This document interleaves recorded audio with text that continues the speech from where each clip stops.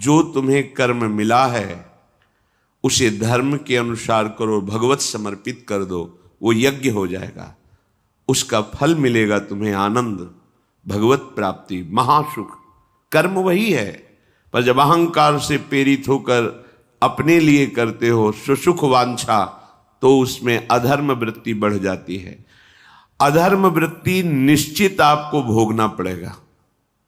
यदि भगवान की शरण में हो जाओ, अबलो नशानी अबना नशई हो, वो कृपा करे तो सब क्षमा हो जाए। वो कह रहे हैं कि हम तो हम सर्वपापेभ्यो मोक्षयिष्यामि मा शुचा। नहीं तो आपका जो कर्म प्रकाशित नहीं हुआ है और आपने पाप कर्म किया वो गुप्त है, वो नष्ट नहीं हुआ, वो भयंकर रूप रख के तैयार है, अपने समय पे तुम्हें नष्ट कर देगा। एक 45-50 वर्ष की अवस्था के थे, अब उनको ज्ञान हुआ कि हमारे द्वारा बहुत अधर्म हुए हैं, अब सब छोड़ो, अब सत् कार्यों में लगो। तो उनके सामने एक स्वर्णकार का मकान था। वो बहुत ही कपटपूर्ण व्यवहार करता था, भोले भाले लोगों को असली स्वर्ण लेकर के केवल स्वर्ण का लेप करके अलंकार बेचता। अगर कोई जानता तो कुछ राज कर्मचारियों को अपने ले के अधीन किए हुए था और उसको कुछ नहीं होता। तो जो राज कर्मचारी उसके रहस्य को जानते थे वो रात में ड्यूटी देते थे। उन लोगों ने सोचा कि इतना धन इसने इकट्ठा किया है, अगर हम इसको मार देते हैं और इसका स्वर्ण ले लेते हैं तो कोई रिपोर्ट करने वाला भी नहीं होगा और हम बहुत धनी हो जाएंगे। अधर्माचरण करने वाला कभी सुखी नहीं हो सकता। स्वर्णकार अधर्म आचरण कर रहा था तो उसके अधर्म आचरण में सम्मिलित होने वाले राज कर्मचारियों ने उसे मार दिया, उसका स्वर्ण ले लिया, धन ले लिया और उसे एक बॉक्स में बंद करके वो निकल ही रहे थे कि वो जो धर्म पे चलना ठाना था उन्होंने देख लिया। बाहर निकले, उनका ये क्या है, अब वो तो फंस गए क्योंकि बॉक्स में उसकी लाश थी और सब बैग झोला में स्वर्णाभूषण धन था। उन्होंने तुरंत उसको कहा, आवाज मत दीजिएगा, देखो हम तुम्हें हिस्सा दे देंगे, ये जो धन हमारे पास है इसको हम 3 हिस्से में बांट लेंगे और इसको हम नष्ट कर देते हैं, कोई जानेगा नहीं, हम राज कर्मचारी हैं, किसी तरह का फसाव नहीं होगा।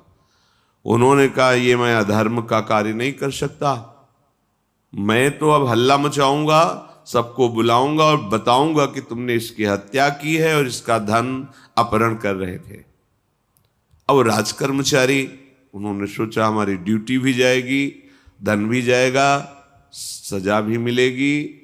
दोनों ने इशारे में ही बात कर ली और हल्ला मचा के दौड़ पड़े, पकड़ो इसे, पकड़ो, जाने न पाए। उसे पकड़ लिया, लोग इकट्ठा हुए, क्या हुआ, देखो ये धन अपहरण करके जा रहा था, इसकी हत्या कर दी। तो हम लोग गश्त लगा रहे थे तो हमें शंका हुई, आए तो देखा ये पकड़ा गया, जो धर्म से चल रहा था उसको पकड़ लिया। अब तो प्रमाण, राजकर्मचारी खुद गवाही देने के लिए तैयार, उसे बंद किया गया, मुकदमा हुआ। वो बार बार जज के सामने यही कहता था, जिसकी कसम खवाओ हम कसम खा लेते हैं, हमने बिल्कुल ये कार्य नहीं किया, ये लोग ये कार्य कर रहे थे, हमने इनको रोका तो इन्होंने मुझे साझेदारी के लिए, पर मैंने वो स्वीकार नहीं किया तो फिर इन्होंने ऐसा किया। पर उसकी कौन बात माने, राजकर्मचारी गवाही। मुकदमा लंबा खिंचा, उसे जेल में रखा गया। हर बार आके वो यही प्रार्थना करता, कई वर्ष तक चलता रहता मुकदमा, जेल का उसे बड़ा कष्ट भोगना पड़ता। वो विचार करता कि मैं अगर हिस्सा ले लेता तो बच जाता, लेकिन धर्म से चल रहा था तो देखो मुझे कष्ट भोगना पड़ा। मुझे लगता है भगवान के दरबार में न्याय नहीं है, धर्म रक्षा नहीं करता, ऐसा लगता है। एक दिन आया और रो करके यही बात कही जज के सामने कि मुझे लगता है भगवान नहीं है। क्योंकि मैं बार बार सत्य को साक्षी करके कहता हूं कि मैंने ये कर्म नहीं किया और मुझे दंड दिया जा रहा है, मुझे क्लेश दिया जा रहा है धर्म से चलने के कारण। अगर मैं सम्मिलित हो जाता तो मुझे तीसरा हिस्सा मिलता और बिल्कुल बात शांत होती। ये क्या धर्म है, कहां भगवान है? जज ने इस पर गौर किया। कई वर्ष वो जेल भोगता रहा, मुकदमा चलता रहा। तब जज ने गौर किया कि बार बार ये कहता है इसकी जांच की जाए, तो हत्याकांड होते ही रहते हैं। एक शव आया वहां, जज ने मंगवाया था, जो पोस्टमार्टम के लिए जाता मंगवाया, और कहा देखो इसका कोई नहीं है, अंतिम संस्कार के लिए अपने ही लोगों को जाना है। तो 2 कर्मचारी जो थे सरकारी, जो स्वर्ण चोरी में सम्मिलित थे, उनको और उसको कहा कि बस तुम थोड़ी देर नदी के किनारे बैठे रहना, हम और लोगों को लेकर के आते हैं। और एक आदमी को छुपा के बैठा लिया और राज कर्मचारी नदी के किनारे शव को लेकर बैठे। उसको देखा जिसको बहुत कष्ट दिया जा रहा था, सारा आरोप उसके ऊपर था, जो धर्म से चल रहा था। उसे कहा माना नहीं ना, अगर मान लेता तो तीसरा हिस्सा भी मिल जाता, बात वहीं खत्म हो जाती है। देखा, फंसा दिया, तेरे को आजीवन कारावास मिलेगा, कोई नहीं बचा सकता तेरे को। मेरी बात नहीं मानी, कह रहा था हल्ला मचाऊंगा, ऐसा वैसा, अब भोग। तो जज के द्वारा जो एकांत में बैठाला हुआ आदमी था, उसने पूरी बात सुनी। इसीलिए ये नाटक रचा गया था। तीनों को बुलाया और कहा तुम निर्दोष हो उस धर्मात्मा से। स्वयं इनकी आवाज से हमने सुना, ये कह रहे थे जो तुम बात कह रहे थे। तो उसने कहा कि ये तो ठीक है, अब निर्णय ठीक कर दिया, लेकिन अब कई वर्षों से मैं दंड भोग रहा था, ये कौन सा न्याय है? किस अपराध के कारण? मैं तो धर्म से चल रहा था, इसमें किंचन मात्र मेरा कोई अपराध नहीं था। फिर कई वर्ष से मैं सजा क्यों भोग रहा था? बार बार प्रताड़ना, नाना प्रकार के कष्ट क्यों भोगा मैं? जज ने कहा तुम हृदय को साक्षी करके बताओ, क्या कोई ऐसा अपराध किया है जिसका प्रकाश ना हुआ हो और तुम्हें दंड ना मिला हो? हम अब उसका कोई दंड थोड़ी तुम्हें देंगे, लेकिन तुम्हारे अंदर जो भगवान के प्रति आरोप है उसका निराकरण हो जाएगा। उसने कहा हाँ, यौवन अवस्था में मैंने किसी स्त्री को ऐसा ऐसा, और वो विरोध करने पर भी उसे मार दिया और आज तक बात कोई प्रकाशित नहीं हुई। तो बोले फिर भगवान को क्यों दोष देते हो? वो कर्म तुम्हारा दंड अगर मिल जाता तो नष्ट हो जाता, वो कर्म सुरक्षित है। उसी कर्म ने तुम्हें यहां अधर्म ना होने पर भी फंसाया और देखो तुम्हें भोगना पड़ा। तो निश्चित समझो, यदि आप अधर्म के द्वारा कोई भी सुख साधन करेंगे तो आप नष्ट होंगे। अधर्म के द्वारा आप धन आदि छीनना चाहेंगे तो आप नष्ट होंगे। अधर्म कर दिया है और उसका प्रायश्चित नहीं हुआ तो वो कर्म सुरक्षित है। ऐसी जगह फंसाएगा जहां 100% आपने कोई अपराध नहीं किया पर आपको उसका दंड भोगना पड़ेगा। फिर आपको लगेगा कि न्याय में अन्याय हो रहा है, कोई भगवान नहीं है। देखो मैंने बिल्कुल कसम खा के कहता हूं पाप नहीं किया, पर ये पाप का जो आरोप लगा वो पूर्व पाप आकर के तुम्हें दंडित कर रहा है। अब इस कर्म विधान को ये बहिर्मुख लोग क्या जानते हैं? तभी कहते हैं अरे कहां भगवान, कैसे भगवान? आज तुम धर्म से चल रहे हो, लेकिन कल तुमने जो कर्म किया तो तुम शरणागत होकर भजन के द्वारा उसको नष्ट नहीं किया ना, तो वो सुरक्षित है। अवश्य में भोक्तव्यम कृतम कर्म शुभाशुभम। इसलिए श्री भगवान आदेश कर रहे हैं यज्ञार्थात कर्मणोन्यत्र लोकोयम कर्म बंधनहा तदर्थम कर्म कौन्ते मुक्त संगहा समाचर। मुक्त हो जाओगे, न काम तुम्हें अधीन कर पाएगा, न पाप अधीन कर पाएगा, परमानंद में डूब जाओगे। केवल प्रभु के लिए कर्म करो। ये अगरबत्ती, धूप बत्ती, आरती, पूजा प्रभु को अपना नहीं माना तो ये थोड़ा शुभ कर्म बन गया, बस ये तुम्हारा प्रायश्चित नहीं होगा। जो तुमने अधर्माचरण के अगरबत्ती धूपबत्ती से खत्म होने वाले नहीं हैं, उनके लिए तुम्हें नाम जप करना पड़ेगा, नाम कीर्तन करना पड़ेगा। नाम कीर्तनम यस्य सर्व पाप प्रणाशनम, समस्त पापों का नाश करने में समर्थ है। राधा राधा राधा, कृष्ण कृष्ण कृष्ण, गोविंद गोविंद गोविंद। भगवन नाम, अगर भगवन नाम का आप निरंतर जप करने लगे तो आप स्वयं तर जाएंगे और लोगों को तार देंगे। मम भक्तियुक्तो भुवनम पुनात् सतरति सतरति सा लोकान तारयति। जो भी कर्म कर रहे हो वो भगवान के लिए भावना करो, उस कर्म को भगवान को समर्पित करो, तो तुमसे पापाचरण नहीं होगा। जो पापाचरण हो गए हैं 10 मिनट केवल बैठ करके अपने घर में ही ताली बजा के मंजीरा लेकर के, इसे नाटक मत समझो, आडंबर मत समझो। नहीं, जो आडंबर और नाटक किए हैं ना, वो जब अपना नाटक फैलाएंगे तो तुम उस नाटक से निकल नहीं पाओगे। माया का नाटक है। भगवान नाम कीर्तन, ये जो लोग कहते हैं ना कि भगवान तो हृदय में बैठे, दिखावे की क्या जरूरत है। अगर इतना बोध हो चुका है भगवान हृदय में बैठे, तब तो आप सिद्ध हो गए। केवल वाणी से बोल रहे हो, मन मानी आचरण कर रहे हो, दुर्गति को प्राप्त हो रहे हो, तो है ना सबके हृदय अछत विकारी, पर सकल जीव जग दीन दुखारी। सबके हृदय में बैठा है, पर दुर्दशा रोक रहा है क्या वो? क्यों? क्योंकि तुम केवल बातों से कहते हो सबके हृदय में बैठा है। ऐसा अनुभव किया? अगर ऐसा अनुभव किया तो व्यभिचार किसके साथ करते हो, चोरी किसकी करते हो, हिंसा की, कपट किससे, द्वेष किससे? बस केवल बातों से बात नहीं बनती। ये कर्म बातों से नष्ट नहीं होता, इसके लिए अनुष्ठान करना होगा नाम का। चाहे जैसी परिस्थिति हो, चाहे जो हो, जैसे भी हो, तुम्हारा मंगल होगा। अहोबत स्वपचतो गरियान यज्जिभ्यागे वर्तते नाम तुभ्यम।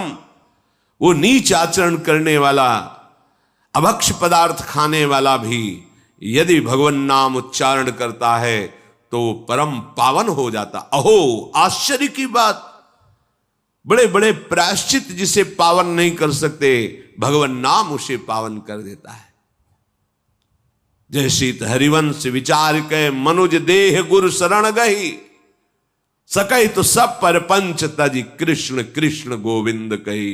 कृष्ण कृष्ण गोविंद क्या जाता है? हम तो ये नहीं कह रहे कि तुम नहा के जपो, तुम ऐसा जैसे हो, जहां हो, गोविंद गोविंद, राधा राधा राधा वल्लभ श्री हरिवंश, तुम पावन हो जाओगे प्यारे। तुम्हारी दुर्गति, तुम्हारी विपत्ति, तुम्हारी उन्नति में जो बाधक कर्म है उनको नष्ट करो। किसी से भीख मांगने की जरूरत नहीं, कृपा की। अगर नाम जप नहीं तो कहीं भी भाग के चले जाओ, देख लो तुम्हें क्या मिलता है। नाम जप करो, तुम स्वयं देने वाले बन जाओगे। मांगना मिट जाएगा जन्म जन्म का। विश्वास करो, जैसे भी हो। नहीं छोड़ पा रहे गंदी बातें, शुरू करो। नाम को तो अंदर लाओ, वो तुम्हें इतनी सामर्थ्य देगा, सब छूट जाएगा, सब छूट जाएगा। विश्वास करो। आज तक जितने बड़े बड़े ऊंचाई के पद पर पहुंचे हुए महात्मा हैं, सबके मूल में नाम पाया गया। निरंतर नाम जप, निरंतर अभ्यास करने से होता है। विश्वास करो, इसके बराबर न तीर्थयाटन है, न कोई अन्य साधन है। नाम कलयुग केवल नाम आधारा, सुमिर सुमिर नर उतर ही पारा। जिसने नाम का आश्रय ले लिया महासुखी हो गया। पर जब तक तुम्हारे पाप कर्म भस्म नहीं होते, तब तक तुम्हें आनंद नहीं मिलेगा। इसलिए विश्वास करके दीर्घ काल तक सम्मान पूर्वक, आदर पूर्वक हृदय में नाम जप करो। जब पाप वासनाएं नष्ट हो जाएंगी, पाप प्रवृत्ति नष्ट हो जाएगी, तब आनंद की धारा, तुम्हें कोई भी विपत्ति, कोई भी संकट परास्त नहीं कर पाएगा। प्रश्न होता है कि हम बहुत प्रयास करते हैं पर सफलता नहीं मिलती। प्रयास को कहते हैं पुरुषार्थ, और सफलता नहीं मिली उसको कहते हैं प्रारब्ध। कभी कभी प्रारब्ध बहुत जोर का होता है, जो बड़े बड़े ऋषि मुनियों के ऊपर भी हावी हो जाता है। पर पुरुषार्थ व्यर्थ नहीं जाता। यदि वो सत है तो, तुम्हारा पुरुषार्थ भी तो असत है। अगर राधा राधा बीच में बोलते रहो और प्रभु की भावना कर लो कि 8 घंटे से जो काम कर रहा हूं वो समय और वो कार्य दोनों प्रभु को समर्पित करते हैं, अब ये सत्य पुरुषार्थ हो गया। अब प्रारब्ध को बदलने की सामर्थ्य आ गई तुम्हारे पुरुषार्थ में। खिलवाड़ नहीं है जो तुम एक भी कर्म करते हो, वो कर्म सुरक्षित है, वो तुम्हें दंड दे के रहेगा या तुम्हें सुखी करके रहेगा। असत है, पाप है तो दंड देगा, सत है, सुकृत है तो सुखी करेगा। विश्वास मानिए, ये सत्य वार्ता है, ये कोई चाटुकारिता की बात नहीं है। सत्य में सत्य रहता है, चाहे जो युग हो, चाहे जो समय हो, सत्य अपना प्रभाव दिखा के रहता है। इसलिए भगवान का आदेश है, तुम्हारा जीवन भगवत प्राप्ति के लिए, आनंद में डूबने के लिए, मस्त होने के लिए मिला है। ये मस्ती नशा में नहीं है, ये मस्ती दूसरों के शरीर का मांस खाने में नहीं है, ये मस्ती दूसरों की हिंसा व्यभिचार इसमें नहीं है। मस्ती है स्वात्मानंद की। जब कोई चाह नहीं, कोई परवाह नहीं, मृत्यु भी एक खिलौना लगने लगे, उसे मस्ती कहते हैं। वो मस्ती आती है भगवान नाम जप से। शुद्ध ज्ञान का प्रकाश हुआ, मरने का भय खत्म हो गया, क्योंकि शरीर राग नष्ट हो गया। इसलिए सावधान होकर जो जहां जैसी भी परिस्थिति में हो, भगवान नाम सदैव अपने पास रखो। राधा राधा, कृष्ण कृष्ण, गोविंद गोविंद। देख लेना, निहाल हो जाओगे, निहाल हो जाओगे, मस्त हो जाओगे। हमारी बात मान लो, हमारी प्रार्थना मान लो, कुछ इसमें नहीं लगता है। इसमें न पैसा देने की बात कर रहे, ना कोई संयम नियम की बात कर रहे। जैसे बने, मन नहीं लगता, मत लगने दो, ये बड़ा दुष्ट है। ये लगता है हमें दुर्गति कराने के लिए। अगर इसकी हां में हां मिलाओगे तो ऐसे निंदनीय कर्म कराता है, घृणा होती है अपने मन से। देखो ना, झांक के देखो ना मन को, कभी ये तृप्त नहीं हुआ। वही गंदी बात, वही गंदा चिंतन, वही गंदे आचरण की प्रेरणा। इस दुष्ट को मित्र मानते हो, ऐसे मन को। जो हमारा खास दुश्मन है वो मन है। वासनाओं में फंसा हुआ, वासनाओं की प्रेरणा करने वाला दुश्मन मन है। इस मन को डंडे से मारो। डंडा है हरिनाम। जितना जपोगे मन उतना ही सावधान रहेगा। कृष्ण कृष्ण, गोविंद गोविंद गोविंद, निरंतर रटन करो। राधा राधा राधा। क्या जाता है? जिह्वा से नाम उच्चारण कर रहे, शरीर से अच्छे कर्म कर रहे हैं, विचार अपने आप पावन होने लगेंगे। विचार पावन हुआ तो महात्मा हो गया, चाहे वो गृहस्थ हो, चाहे वो विरक्त हो। तो ध्यान दीजिए, हमारे पुरुषार्थ को प्रबल करने वाला और प्रारब्ध को नष्ट करने वाला एक ही महान समर्थ है, भगवान नाम। इसके सामने कोई साधन बराबरी नहीं कर सकता। ये महामहिम नाम भगवान का है, भगवान को भी अधीन करने की सामर्थ्य रखता है। ये जो निकृष्ट भाव बैठा हुआ है, बेटी हुई उदास हो गए, लड़का हुआ थाली बजाओ, घंटा बजाओ, जिससे बहुत बड़ा, बिल्कुल ठीक नहीं है। ये बेटा होता किससे है? बेटी से ही होता है। तुम किससे हुए हो? किसी मां से हुए हो। वो क्या थी? किसी की बेटी ही थी। कैसी मूर्खता छा गई है, गर्भस्थ बेटी की कोई परवाह न करके उसको, ये क्या है? कितने राक्षस वृत्ति में आ गए हैं हमारी। राक्षस भी अपने बच्चों को नहीं खाते। कितनी राक्षसी बुद्धि। हम सुंदर दिखना चाहते हैं, समाज में सम्मान पाना चाहते हैं, और पाप कर्म कैसा? बेटी है गर्भ में, हत्या करा दो, नहीं चाहिए। बेटा कहां से पैदा होगा? वो किसी की बेटी से ही तो पैदा हो रहा है। कैसी मूढ़ता छा जाती है। वैसे भी शास्त्र में स्त्री हत्या करना बहुत बड़ा महापाप कहा गया है। फिर भ्रूण हत्या, गर्भ हत्या, गर्भस्थ शिशु की, उसमें भी कन्या, सर्वनाश। इसके बाद फिर रोते हैं, हमने कौन सा पाप किया, भगवान ने हमारा पुत्र छीन लिया। कौन सा पाप किया, भगवान ने ऐसा कर दिया। अरे अपने डायरी में तो लिखा करो कि तुमने कौन से पाप किए हैं। फिर जब परिणाम आवे तो सोचोगे तो लगेगा बहुत हल्के में निपाट रहे हैं भगवान, हमें तो बहुत कष्ट मिलना चाहिए। कैसी कैसी निर्दयता बैठ गई हो। हम मनुष्य कहलाते हैं, सदगृहस्थ कहलाते हैं, गर्व से चलते हैं। और गर्भस्थ शिशु की हत्या करते हैं। मान जाओ, ना सत्संग सुन रहे हो, ना शास्त्र स्वाध्याय कर रहे हो, इसलिए तुम्हें पता नहीं कि तुम कौन सा पाप कर रहे हो। ऐसे ये पाप, कुछ पाप ऐसे हैं जिनको वज्र की लीक कहा गया। वज्र की लीक में मिटाल नहीं सकते, तुम्हें भोगना पड़ेगा।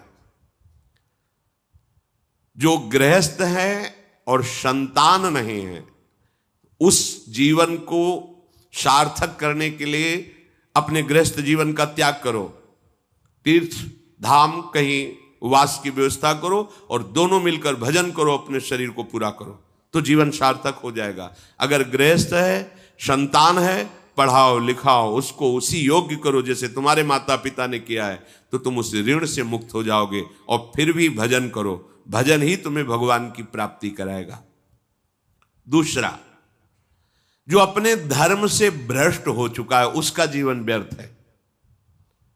आपका एक धर्म है, सबसे पहला धर्म है मनुष्य धर्म। मनुष्य का क्या कर्तव्य है? अपने प्राणों का भी बलिदान देकर दूसरे की रक्षा करना, और यहां अपने मन को सुख पहुंचाने के लिए दूसरे की हत्या कर देना। कैसा राक्षसी भाववृत्तियों में आ गया। देखो, अगर कोई माता बहन एकांत मिल जाए तो बस राक्षस जैसे टूट पड़ते हैं, ऐसे स्वभाव, मार दो, जला दो, काट दो। बड़ी दुर्गति होगी, देख लेना, यहां भी होगी। छुपा के भी कर लो, तब कर्म प्रकाशित होगा। जब तुम अपराध नहीं करोगे, अपराध नहीं करोगे, तब वो अपराध तुम्हें फंसाएगा और जीवन भर रुलाएगा। मरने के बाद नर्क मिलेगा। नर्क माने बड़ी जेल है, वो बड़ी जेल, ये छोटी जेल है। जैसे बड़े अपराधियों को बड़ी जेलों में भेजा जाता है, तो विश्व ब्रह्मांड की सबसे बड़ी जेल और वहां के सबसे बड़े जेलर यमराज, वहां दंड मिलता है। आप ऐसा ना सोचिए कि ये सब गप है। गांव में जैसे बात करे तो लगता है गप है, जब जेल हो आते हैं ना तो कहते हैं। एक गांव में मिले थे, कहा था कि अगर रोज 5 जूता कोई गांव में हमें मारे तो हम उसे सह लेंगे, लेकिन दोबारा जेल जाने वाला आचरण नहीं करेंगे। दिखा रहे थे कि देखो कैसे कैसे कष्ट वहां के कैदी भी मारते हैं जो बहुत पुराने हो गए हैं, वो हमको अनुशासन में रखते हैं। ऐसा ऐसा कितना कष्ट। अब वो गया ना तो भोगा, अब माया के कारण स्मृति नष्ट हो गई नहीं, सैकड़ों बार अपने भी भोग के आ रहे हैं नरक। दूसरे, उसका जीवन नष्ट है जो धर्म का त्याग कर चुका है। तुम पिता माता से प्रकट हुए, तुम्हारा धर्म है माता पिता की सेवा करना। वयोवृद्ध बेचारे माता पिता उठने बैठने में असमर्थ हैं, आप पैसे कमाने के लिए अपनी बहुली निकल गए, अब वो कष्ट भोग रहे हैं। ना उनको देखना है, ना उनकी व्यवस्था करना है, मरने दो तो ठीक है। तुम्हें जब परिणाम आएगा तब तुम भी तो बनोगे ना वृद्ध, तब तुम्हें पता चलेगा। अवश्य में भोक्तव्यम कृतम कर्म शुभाशु। होश में, माता पिता सबसे पहले भगवान हैं यदि आप गृहस्थ हैं तो। अगर आप बाल्यावस्था से भगवान के मार्ग का अनुसरण कर रहे हैं तो फिर भगवान प्रणत कुटुंब पाल रघुराई, भगवान व्यवस्था कर देते हैं। वैराग्य मार्ग में लौटकर पीछे नहीं देखा जाता। हमारे भगवान के अवतार मानेंगे महाप्रभु चैतन्य देव, नवयुति विष्णु प्रियाजी माता सची छोड़ के चल दिए। आद्य गुरु भगवान शंकराचार्य भगवान के अवतार मां केवल छोड़ के चल दिया। भगवान के मार्ग में यदि ऐसे चले तो भगवान संभाल लेते हो, परम पद मिलता है 21 पीढ़ियों को। मां तो बिल्कुल नजदीक है, 21 पीढ़ियों को भगवत प्राप्ति हो जाती है। और शब्द है प्रणत कुटुंब पाल रघुराई, भगवान स्वयं उसके परिवार का पोषण करते हैं। पर यदि गृहस्थ धर्म में हो और अपने माता पिता का त्याग कर दिया, उनकी सेवा नहीं करते, वो दुख भोग रहे, तो नरक यंत्रणा मिलेगी और जीते जी तुम उन्नति को प्राप्त नहीं हो सकते। तुम्हें भले उन्नति दिखाई देती हो, बाद में परिणाम देख लेना आप। तीसरा, जो दूसरों के भोजन छीनने की चेष्टा में रहता है, कैसे इसका धन अपहरण कर लें, कैसी जमीन अपहरण कर लें, कैसे इसकी अव्यवस्था पैदा कर दें इसके जीवन में, जो केवल अपने ही सुख को देखता है उसकी दुर्गति होती है। तीसरा, उसका जीवन व्यर्थ है। जो दूसरों के सुख का अपहरण करके सुखी होना चाहता है, सदैव केवल अपने सुख में डूबना, सोचना कैसे मैं सुखी हो जाऊं, अधर्माचरण करूं, छीन लूं, क्या करूं, कैसे करूं, उसका जीवन व्यर्थ है। और चौथा, जो आए हुए साधु महात्मा अतिथि का अनादर कर देता है, अपमान कर देता है, सारे सुकृत नष्ट हो जाते हैं। ये चार का जीवन बिल्कुल व्यर्थ हो जाता है। इनको असत जीवन कहा गया है, वृथा जीवन कहा गया है। इसलिए हे युधिष्ठिर, ये चार दोष कभी हृदय में ना आने पावे। आरूढ़ पतिते दत्तो मन्यायोपहृतम चयत व्यर्थम तु पतिते दानम ब्राह्मणे तस्करे तथा। बहुत ध्यान देने योग्य बात। जो वानप्रस्थ या विरक्त भाव संन्यास ले लेते हैं और कुछ वर्ष चलने के बाद मैं तो इस पे नहीं चल पाऊंगा लौट जाते, उन्हें घोर नरक की प्राप्ति होती है। कुछ भी कर लो, ये भारी अपराध तुम्हें नरक की प्राप्ति कराएगा। मार्कंडेय जी महाराज युधिष्ठिर को उपदेश कर रहे हैं। एक बार एक सन्यासी जी ने कहा था कि हमने गुरुजनों से सुना है कि यदि वचन से संकल्प ले ले कि बस अब कुछ महीने बाद हम सन्यास ले लेंगे और विरक्त होकर भगवान का भजन करेंगे, और यदि वो ऐसा नहीं करता तो उसे चंद्रायण व्रत रहना चाहिए, तब उस पाप से मुक्त होगा। चंद्रायण व्रत कहते हैं प्रतिपदा को 1 ग्रास, द्वितीया को 2 ग्रास और अमावस्या को 15 ग्रास, फिर नीचे घटाते चले जाओ 14, 13, 12, 11 ऐसे पूर्णिमा को पूर्ण 1 महीने से उपवास रहने से हम सन्यास लेंगे। इस बात के अपराध का उसको सन्यास लिया नहीं, केवल घोषणा कर दी थी। और जो सन्यास ले लिया या वानप्रस्थ, वानप्रस्थ कहते हैं पत्नी के सहित विरक्त होकर भजन करना। गृहस्थ में थे, अब निर्णय कर लिया कि अब आजीवन हम ब्रह्मचर्य रहेंगे और भगवान का भजन करेंगे, धाम तीर्थ वन आदि में रहकर वो जीवन में दोनों भजन करके भगवान की प्राप्ति में लगा, उन्हें वानप्रस्थ कहते हैं। सन्यास जो पूर्णतया वैराग्यवान होकर केवल भगवान के आश्रित जीवन। सन्यास मार्ग में माता पिता परिवार का दिया हुआ कुछ स्वीकार नहीं किया जाता, उनके द्वारा भरण पोषण नहीं स्वीकार किया जाता। अगर स्वीकार करता है अपने धर्म से भ्रष्ट हो जाता है। ये मनमानी आचरण, न शास्त्र स्वाध्याय है न सत्संग में श्रद्धा है। मनमानी आचरण से अध्यात्म मार्ग प्रकाशित नहीं होता। जिसने सन्यास ले लिया और वो फिर गृहस्थ में लौट जाता है, अब हमसे तो होने वाला नहीं, तो उसे आरूढ़ पतित कहते हैं। आरूढ़ पतिते दत्तो मन्यानयोपहृतम चयत, उसको दुर्गति प्राप्त होती है। इसलिए होश में ये मार्ग ऐसा नहीं अब हमारा मन नहीं लगता, अरे अहो भाग्य है कि तुम्हारे भाग्य से विषय भोग मिटा दिया भगवान ने, तुम्हें परमार्थ का मार्ग दे दिया। जिसको छोड़ना कठिन है भगवान ने उसे काट दिया, चलो मेरे मार्ग में चलो। हम मनमानी आचरण नहीं, बिल्कुल नहीं। यहां शास्त्र आदेश करता है, ऐसे नहीं होना चाहिए कि 4 दिन हुए कपड़ा उतार दिया, कपड़े बदल लिए, 5वें दिन फिर उसी पोशाक में। तो जानते हो इससे क्या होगा? जीवन भर कुछ कर लो, दुर्गति प्राप्त होगी।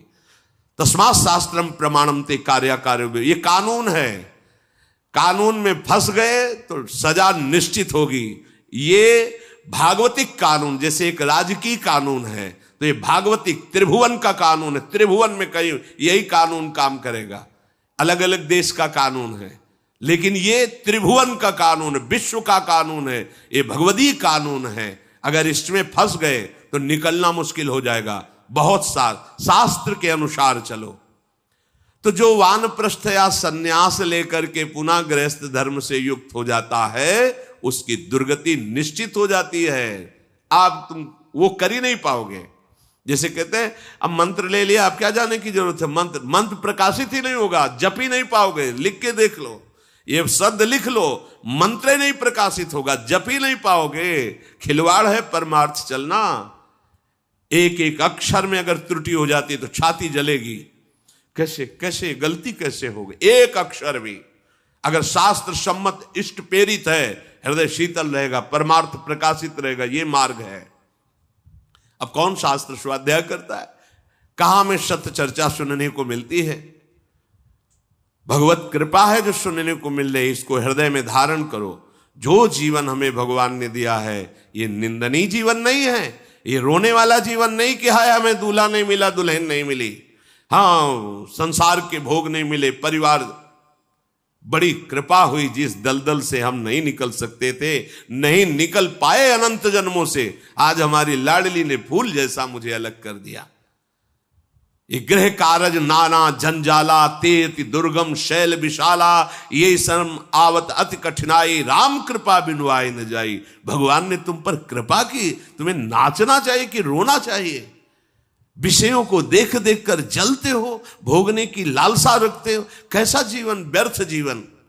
बिल्कुल नहीं, सावधान, तुम्हारा जीवन भगवान के लिए, तुम्हारे भाग्य में श्री जी लिख दी गई। आह, हमें नाचना चाहिए। हमारे भाग्य को बदलकर प्रभु ने अपना चरणारविंद, अपना धाम, अपना नाम, अपनी सेवा दे दी। धिक्कार है अगर ऐसे होने पर भी ललचाए और उस मार्ग की तरफ जाए जहां से श्री जी ने निकाल लिया है। तो जो वानप्रस्थ या संन्यास धर्म स्वीकार करके पुनः गृहस्थ धर्म का आश्रय ले लेता है, उसकी नारकी गति होती, दुर्गति होती है।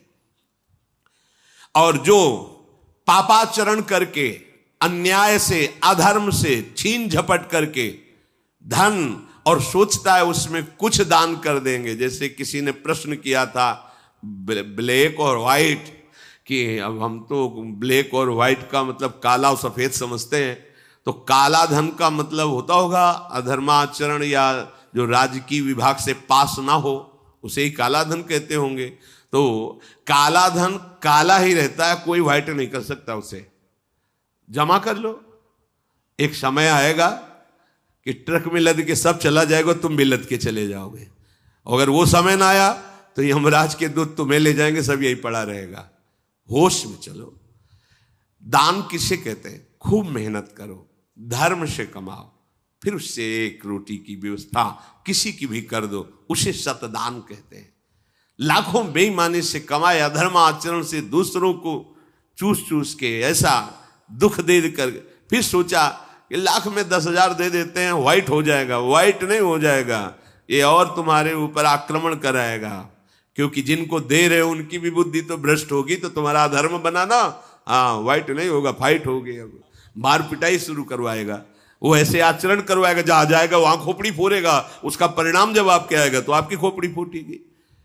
व्हाइट तो तब हो सकता है जब व्हाइट चलो। व्हाइट का तात्पर्य होता प्रकाश, श्वेत, ये लक्षण सतोगुण का। सात्विक भाव से चलो, मेहनत की कमाई से, पसीना चुहा के खूब मेहनत किया और फिर किसी को दिया, तुम्हारा परिवार उन्नतिशील रहेगा, तुम्हें लोक परलोक में सुख प्राप्त होगा। अन्याय से कमाए हुए धन का दान पतित कर देता है, पतित कर देता है। अब इसमें एक उपाय है, मुझे पता नहीं था, प्रमादवश मेरे से गलती हो गई, कभी जीवन में गलती नहीं करूंगा, अब सुधार के लिए करो, हो जाएगा। मुझे पता नहीं था, मैंने कभी सुना ही नहीं था, बस यही था कि धन प्राप्त करूं, धन प्राप्त करूं, और गलती हो गई। अब मुझे पता चला कि मैंने गलत किया है, तो अब लो नशानी, अब ना नशे करो, गौ सेवा, संत सेवा, ठाकुर सेवा, गलती आगे से नहीं करूंगा। ये एक सूत्र बहुत बड़े, अवलो नशानी अबना नशे, ये सबको पावन कर देता है, सब कुछ पावन कर देता है। पर ये ऐसा नहीं कि हम 100 कमा रहे हैं बेईमानी से तो 10 देते रहेंगे तो 90 व्हाइट होते रहेंगे, ऐसा कदापि कहीं नहीं लिखा। ये शास्त्र है, तस्मात् शास्त्रम प्रमाणन्ते। कई बार लोग प्रश्न करते हैं इस विषय का, ध्यान से सुन लो। अन्याय से कमाया हुआ धन अगर उसे हम दान भी करते हैं तो वो पतित ही करेगा, गिराएगा ही, किसी काम का नहीं है। आगे वर्णन कर रहे हैं कि धर्म से कमाया हुआ दान अगर ऐसे को दोगे तो वो भी व्यर्थ हो जाएगा। कैसा? मिथ्यावादी, पापाचरण करने वाला, झूठ बोलता है, पापाचरण करता है, और आप उसे दान कर रहे हैं, बाद में वो पाप करेगा तो उसका फल आपको मिलेगा। उसके पाप के बढ़ावे में आप साझेदार हुए, आपका जो दान था उसके पाप में बढ़ावा देगा, आपको उसको साझेदारी का फल भोगना पड़ेगा। कृतज्ञ, जो दूसरे के किए हुए को उपकार को नहीं मानता, अभिमानी और मदिरा पान करने वाला, अब आपसे पैसा लिया, शराब पिया, गंदे आचरण किए, आप उसके हिस्सेदारी बने। ऐसा थोड़ी दान की कोई मांग रहा है दे दो, बहुत पात्र और अपात्रता का निर्णय करके दिया जाता है। ऐसे नहीं कि मांग रहा है तो देना ही पड़ेगा, नहीं, हमें अधिकार समझ में आवे कि हमारे द्वारा दिए हुए धन का सदुपयोग हो रहा है, वहां पात्र देख करके धन आदि का दान किया जाता है। जो पतित हो चुका है, जो अधर्म व्यवसायी है, जो तमोगुण से आवृत रहते हैं और अंदर क्रोध भरा रहता है, अहंकार पूर्वक दान करते मेरा सम्मान हो, ऐसे का दान ही नहीं स्वीकार करना चाहिए।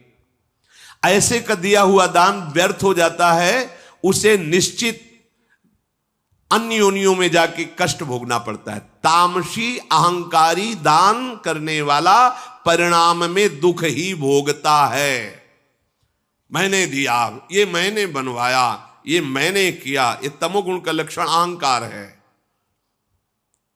श्रेष्ठ मंत्रवेत्ता सतमार्ग में चलने वालों को दैन्य होकर छुपा कर दान देना, ये उत्तम लोगों की प्राप्ति कराने वाला है। देखना है, धर्म से चलता है।